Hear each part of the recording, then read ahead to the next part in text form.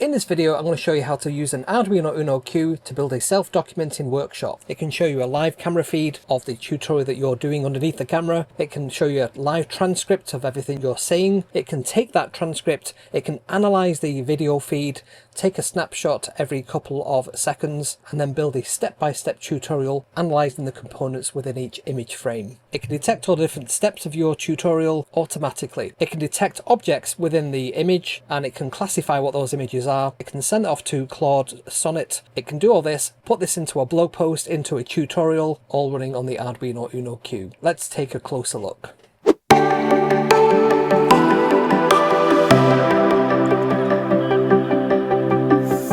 So this is a typical scene for me. I've got something on my desk, I've got my overhead camera, I need to film a tutorial and write some build instructions. I'll click on the Start Session button to begin recording.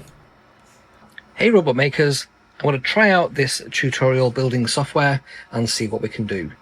So over here on the desk I've got a little Maker World remote control. Let's flip that over and switch that on. Now look inside there, we can see that it's on.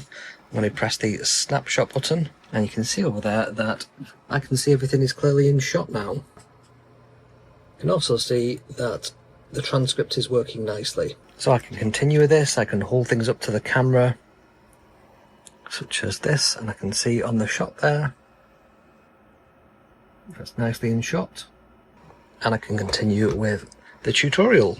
I'm going to press the stop button and I'm going to wrap it up for now. So if I press the stop button there, you can see it's gone to thinking. And we can also see that the purple light is flashing and it's doing that little zigzag pattern, which means now that it's compiling all this together.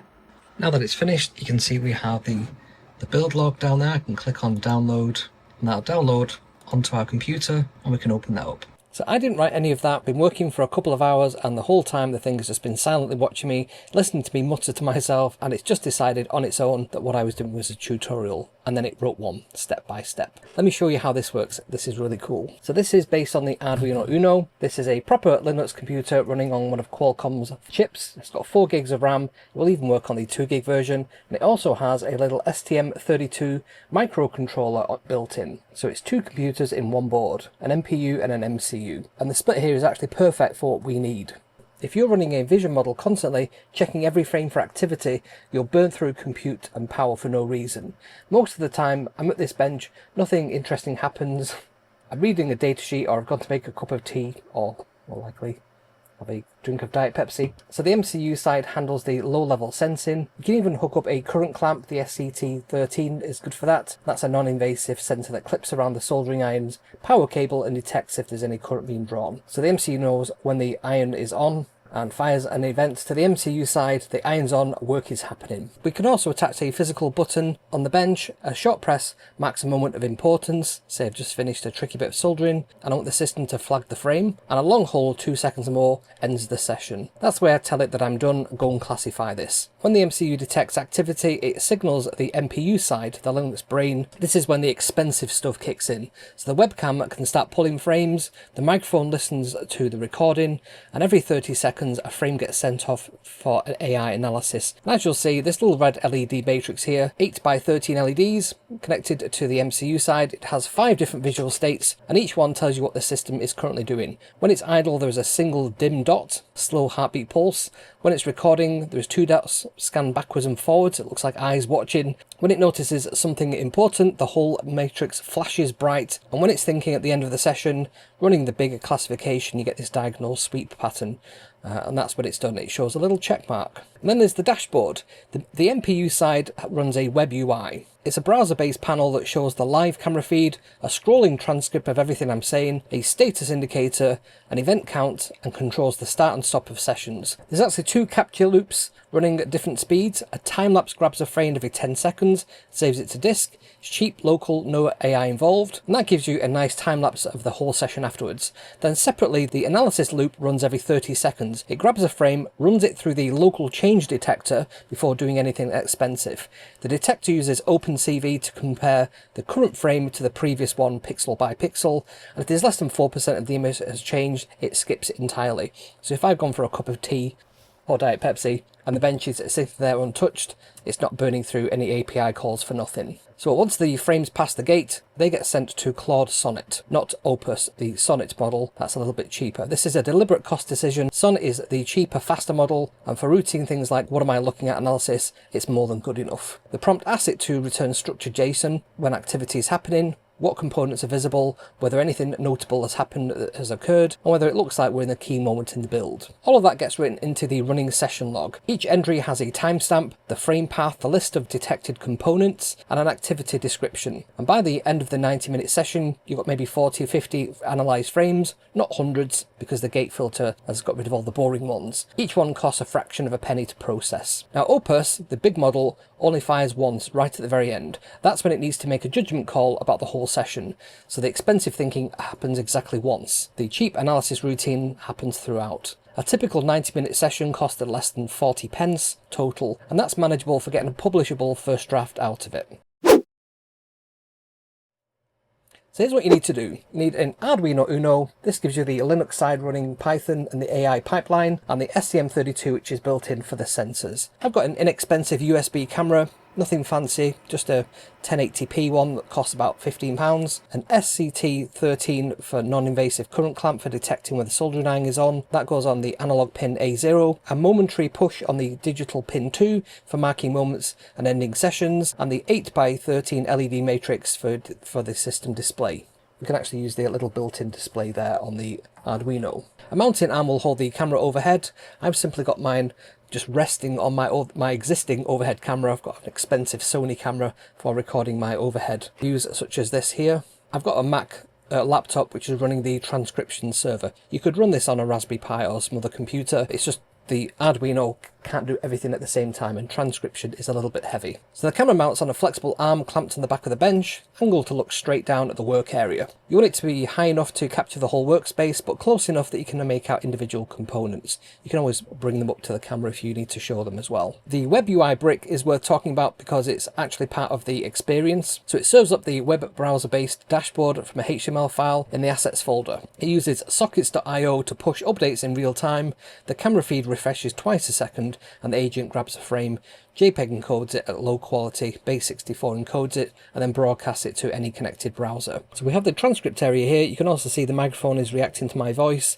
There's this little noise gate here, and that can filter out any background noises. One of the quirky things about the model that we're using, Faster Whisperer, is that it's been highly trained on YouTube videos. So if there's total silence and just background sounds, you'll start to see weird hallucinations come through the transcript, which is what we don't want. So the start and stop session buttons at the top here, you can see that there's an event count as well, and we've got a little timer that starts, and you can also see the state, which is currently idle. We've also got a stop button. We can pause the transcription, we can then resume it as well, and you can see these are nice buttons that we can press on the web interface. We've also got a little debug session down here. You can see all the activities that our little workshop assistant is doing. We also have the session, and these where you can actually download the files themselves. So on the Mac side, the transcription server runs about 60 lines of Python, a Flask app that loads the Faster Whisperer, which is an English-based model, and when it starts up, exposes a single endpoint. The Uno Q records 10 seconds of audio from the USB mic and posts the raw WAV file to the Mac. The Mac transcribes it with a beam size of 1, speed over accuracy,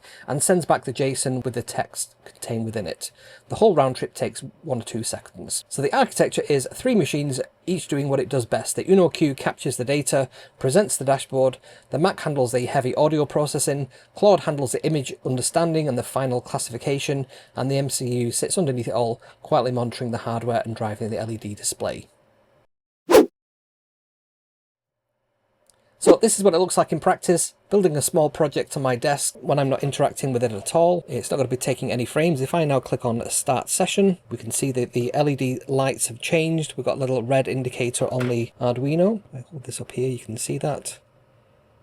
And you can also see that the blue indicates that some event has happened, and we want to detect events for each of the build steps. You can see the LEDs flickering ever so often. These bright flashes are notice states. And if we look back at the dashboard, the transcript is scrolling the things I've been muttering, the event counter is climbing, and the camera feed is showing overhead what the camera sees. It spotted the Arduino. It's noted that I've moved things around, so if I plug something into this Arduino, it could detect that. And we can also prod this to indicate that something's happening. So I can if I move my face out of the way there's a snapshot now button. We can press that and it will take a snapshot of something specifically that we wanted. So if I held up, for example, this Arduino Uno Q,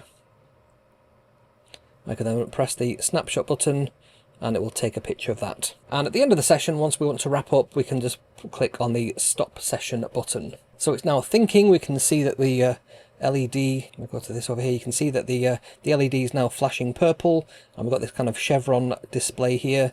That indicates that it's doing the thinking. That means it's sending the whole session over to Opus. Tutorial done. Okay, let's see what it wrote. So if I now come over here, if I click on the download button, let's get that. Let's open up the files that it's just downloaded. So there's some of the pictures that we've taken. There should be one where I'm holding up, close to the camera. There we go, that's the one that I took where I was wanting to highlight that. And we've got some other snapshots as well. And if we look at the blog, let's have a look what it's put in there. So Workshop Watcher, a quick dashboard that sees your build.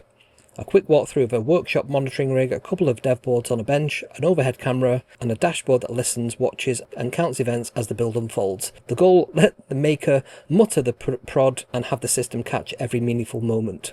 We've got the bill of materials, quite interesting. We have the steps. So first, power on the LED check. The board comes alive on the bench. USB-C is connected to the U-Green hub. A red LED indicator confirms power and the host narrates the color states changed to flag the build events. Step 2, the two boards side by side. A second PCB joins the setup. When both boards are lit, the dashboard should show up multiple events to watch a good moment to verify the system flags states have changed on either device. Prodding the Arduino for an event. The host picks up an SBC, inspects and explains that plugging something into the Arduino itself is a detectable event. The dashboard transcribing is scrolling, the event counter ticks upwards and the overhead camera registers the moment. I keep seeing microbit. I think it's detecting these as a microbit even though they're an Arduino Uno, and that's just the Sonnet being a little bit out of date there. Okay, we've also got the video script, so I can put this into my script software. If I go over to markdownfilm.com, if I log in here,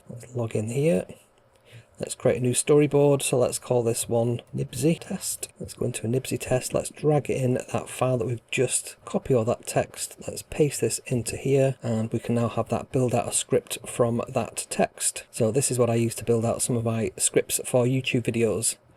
So there you go, scene 1, scene 2, and so on. Got the transcript itself, there are all the things I said in the session. We can see that the LED lights have changed. We've got a little red indicator on the Arduino. Let this up here and you can see that. The transcription isn't great, to be fair. And we've also got the blog as well, which includes all the different steps as well as a nice bill of materials, which is a really nice feature of it. So this only took a couple of hours to vibe code with Claude AI. It basically just helped me create the code for Arduino App Lab. And you can see there we've got the step 1, there's the image. Step 2, prodding the Arduino for an event. The microbit communication test, which is, it's not a microbit, it's got that bit wrong. The snapshot button test, so I pressed that when I was holding that up, and then it's got a wrapping up. So I'm really pleased with how this has come together. Like I said, it's a really quick build to do, so very, very pleased with how this has turned out. If you want to grab the code for this and read up the project write-up, head over to kesrobots.com and you can see all the files there. You can see the write-up, how it all works, the architecture, what you need, the bill of materials, as well as the code as well. The code link, you can grab the files yourself. So I hope you enjoyed this video, and I shall see you next time. Bye for now.